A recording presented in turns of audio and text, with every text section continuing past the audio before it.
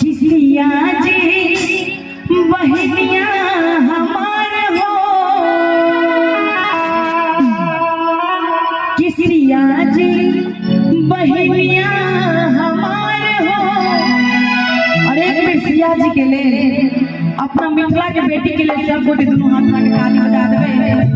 जिनका भगवती एक हाथ देने छथिन एक हाथ उठा देवे, जिनका दोनों हाथ शक्ति देने छथिन दोनों हाथ उठा के ताली नहीं बजबै छथिन, बात नहीं बुझै छियै की एहि दुआरे ताली नहीं बजबै छथिन कि सब छथिन ध्यान देने के रसगुल्ला कते तोड़बै तो ताली जे बजा देबै त कहूं भ सकैया डिस्टर्ब न भ जेतै। नहीं से नहीं हेतै, ताली खूब बेसी लगे त रसगुल्ला बेसी खिएतै त सब गोटे जोरदार ताली दे दो कि सिया जी हो, सिया जी बहनिया हमार हो, लगी है बहुना सिया जी बहनिया हमार हो, राम लगी है बहुना, राम लगी है बहुना, राम लगी है बहुना, राम लगी है बहुना।